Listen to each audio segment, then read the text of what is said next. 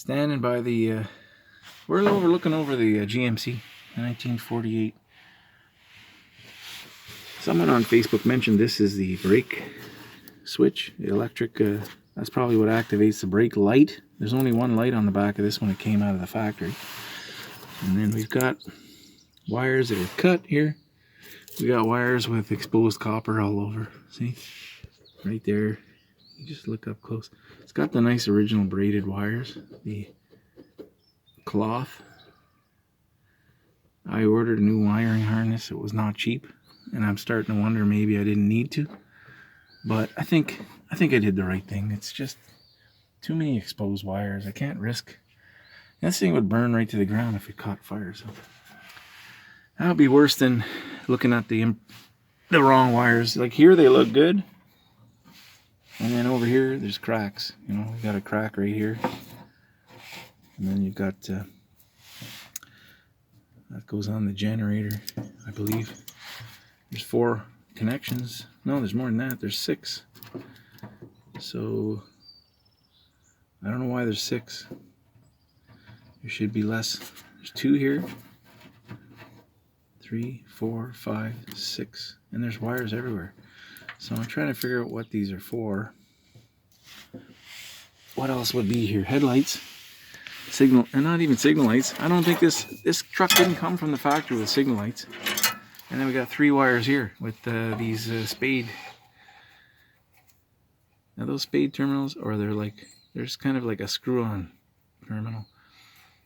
I'm gonna use my tester, test these, play around with switches on the dash. We have to power up all of the wiring on this, and hopefully won't be any fires. But you got that's fuse right there, so I have to pull that cover off that, check the fuses. That's the relay for the headlights, or the horn. That's probably the horn relay. Yeah. And then you've got the voltage regulator that was kind of going to be obsolete because I think I'm going to switch this to a 12 volt alternator. And then on the other side there's some more wire. I don't know much about why. I don't understand why there's 6 wires there. But you know, I've owned lots of Chevys and GMC trucks, so, and I've worked on them and I've done wiring problems. Let's see, over here you got this big terminal here. That's like for a that would go on a solenoid, I think. I think this is the wire that powers up everything on the underneath the driver's side there, underneath the dash. So that wire goes right in. I'll have to trace it back there. And you got this little one. I believe this one is from the key, the ignition. That would turn the solenoid on, and it would power up the starter. Should be a solenoid here somewhere. I don't know how this works, but right now I know that the pedal on the floor, the little starter button on the floor, it's live. No key or anything. It's just always live. And I think this is supposed to be attached to, this comes directly from the battery. I think it's supposed to be attached to a solenoid up here on the firewall. And then a wire goes down and hooks up here. And then this turns the solenoid on. I think that's how it works. No wiring on the other side of this motor here anywhere, except for these 2. And this red one has been installed by the seller, the guy that sold it to me. So that's what powers the coil. So it's taking power off directly off the battery right here, which this cable goes to, and it goes up into the driver's area. And there's a switch on the dash. A piece of masking tape says ignition on, and it powers up this coil. So this actually could go on the coil too. I'm not sure. That's where it looks like it might actually go right there. And then maybe I'm wrong about this, but what I'm going to do is, I think I'm going to connect that to power, and we'll start playing around with the tester and see what these wires do, and hope and keep an eye out for sparks and for fire, because I mean, it's just exposed copper everywhere right there. It's exposed. So I think buying the new harness is probably a good idea. I would like to keep this original wiring, but like I said, it would be absolutely devastating You wake up one morning and this thing burnt to the ground outside, or even worse, if it burnt in my shop and burnt the shop down. So, and that could happen. Like, this is not something that's unheard of. This is the kind of thing that can happen and does happen. So, oh, there's a wire there. No, that's a brake line. No other wires anywhere over here on this side. I think the rad's got a leak. There's a wet spot down there. And I think I've been keeping an eye on the fluid level on here, and it's gone down a little bit. I can't see it around that corner, that little elbow. We got an oil leak in this front corner here. Not too bad. It's just a little bit damp there. The rest of that gasket looks good. But I think I'll order a new cork gasket for that. Probably a new valve cover gasket too. Pull these two covers off. This, I don't know, it's called the valve gasket or lifter's gasket, cover plate. And then, yeah, we'll paint them, put them back on, try and clean up. This motor has been cleaned up, but it's still could use a good, a lot more cleaning. I ran the numbers. This is a 1958 GMC engine, so I don't know what it's out of. Probably it could be a car. I don't know. It could be it's GMC. I don't know if what that number tells me whether it's GMC or Chevrolet. I don't know. But I ran the serial number. Didn't really tell me much. And the number behind the starter is kind of just the assembly line number. I don't think it's important. You have to pull the starter off to see that number in there. At least I can't see it. I know it's in there, but I can't read it. So I'm not planning on taking the starter off anytime soon. So it's got a new mechanical fuel pump that was put on by the seller. He got it running, and that's pretty well all he did to this. He might have put in, he put a new coil. Looks like new cap and wires, new spark plugs, new fuel pump, and I think he cleaned the carb and he put an inline filter over here. It's running off a boat tank in the box. He told me the gas tank behind the seat's still good, but if you stick your nose on here, it smells like shellac in there. It smells awful, so it needs to be cleaned. I don't know how bad it is. I don't know if there's rust in there. I'm going to get my inspection camera and run it in there with the light on. See, so it's running on this right now. Since I've got it, it's been running on this. So I think priority is to start installing the new wiring harness, clean the gas tank out, try and get a metal line to the gas tank, hook it up, see if we can get that working. I'm going to do an oil change.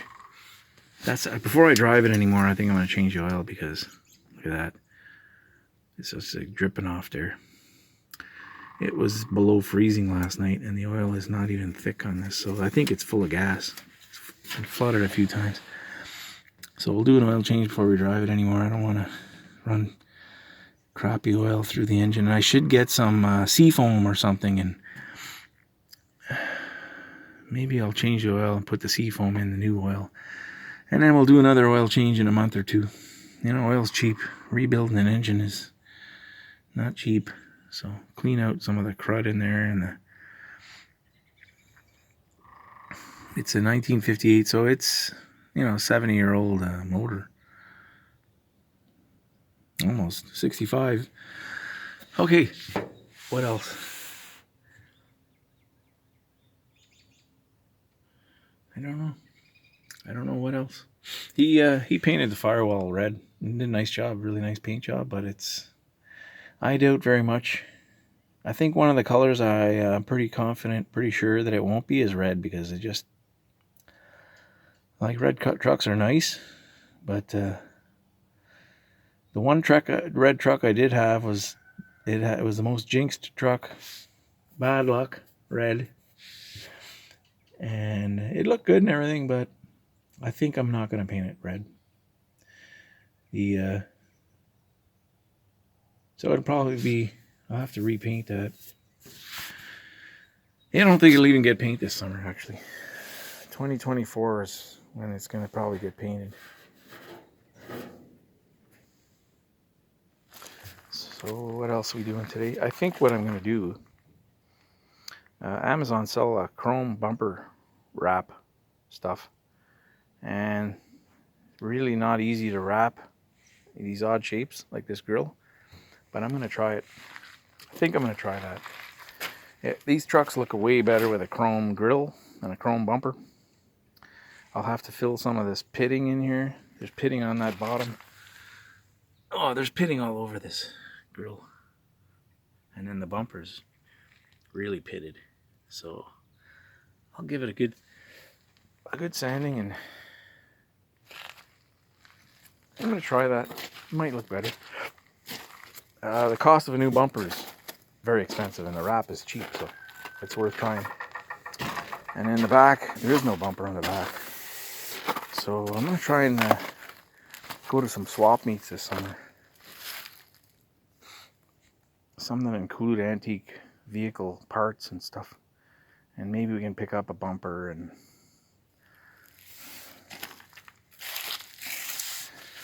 different things. Yeah, LMC and Jim Carter are my only option for parts for this truck. Well, they're two of my options. There's more. But I was thinking, by the time I order something and I pay duty, brokerage, shipping, like everything's, there's a brokerage fee at the border if it's shipped by UPS. If it's the US Postal Service, there seems to be no brokerage fee, and I don't understand why. So if I can convince a seller to ship with the US Postal Service or buy only from those sellers, I don't know what Jim Carter uses, and I don't know what LMC uses. But if they use UPS, I know I'm going to be paying $30, $40, $50 on each item. Or I have to get it shipped to a UPS store across in the US at the border, and then drive across the border, pick up my items, and bring it back myself. It's basically you're carrying it across the border. So they charge for that, and it just makes a three. Like, let's say I buy a $120 harness. Like, I bought the wiring harness on eBay, $120. So exchange, shipping. I don't know if there's going to be. There might be a brokerage fee on that. We're up to $300 on a $120 part. So $298 or something like that. So up here in this country is just absolutely terrible. There's no good deals on parts when you do that, when you order from the States. So I'm looking for Canadian suppliers for parts, and there isn't any, so you can't really buy anything. I called a bunch, and they don't offer, they don't sell parts. They don't sell what I'm looking for anyway. So my next best option is to have it shipped to the border. And then the interior, well, so far I'm lucky. I've got the see, that's the switch, that red wire. If I flip it, it's kind of funny, it goes down to be on. So right now the oil pressure gauge works, the speedometer works. So I've just got to get the voltage, the amp meter working. I think the fuel gauge, I'm hoping these things work. Temp gauge I think is hooked up. I'm not sure. I don't know if I don't think I've got it warm enough to know if this works or not. Maybe it does, maybe it's mechanical. So both the mechanical and the oil pressure, temperature, oil pressure, and speedometer, they're all mechanical. So I don't need, when I do switch it to 12 volts, I won't need to do anything to them. You got to get a resistor for the fuel gauge. I think the amp meter will work on 12 volts. So I had one guy told me that. And then right now the key does nothing. I have the key. It doesn't work in the door. So I can't lock this truck right now. So I'd like to get that functioning. I'd like to get that lock working, because if I do use it in the city and I want to go to let's say park the truck and walk away, you can get fined for leaving your vehicle unlocked, and you know, it'd be nice to get that working. So that's something on the list, but it's way down the list. It's not really high priority. And then we've got a heater. It's in there. I can feel the heater core up in there. I have to put some... I'm going to unbolt it out of there and test it. Make sure it's... Put some soapy water in, put a couple of PSI of air pressure or something, and look for leaks. And yeah, there's not a lot else. We got to work on brakes and wiring, and that's pretty well the two biggest things we got to do. And the fuel. I already mentioned the fuel tank, and then these three gauges. I think temperature might be working, like I said, but we got to get all these gauges working for it to pass the safety. And then the last thing, one of the last things on the list is the wiper. The vacuum wiper motor. If I can get it working on vacuum, I'll leave it like that.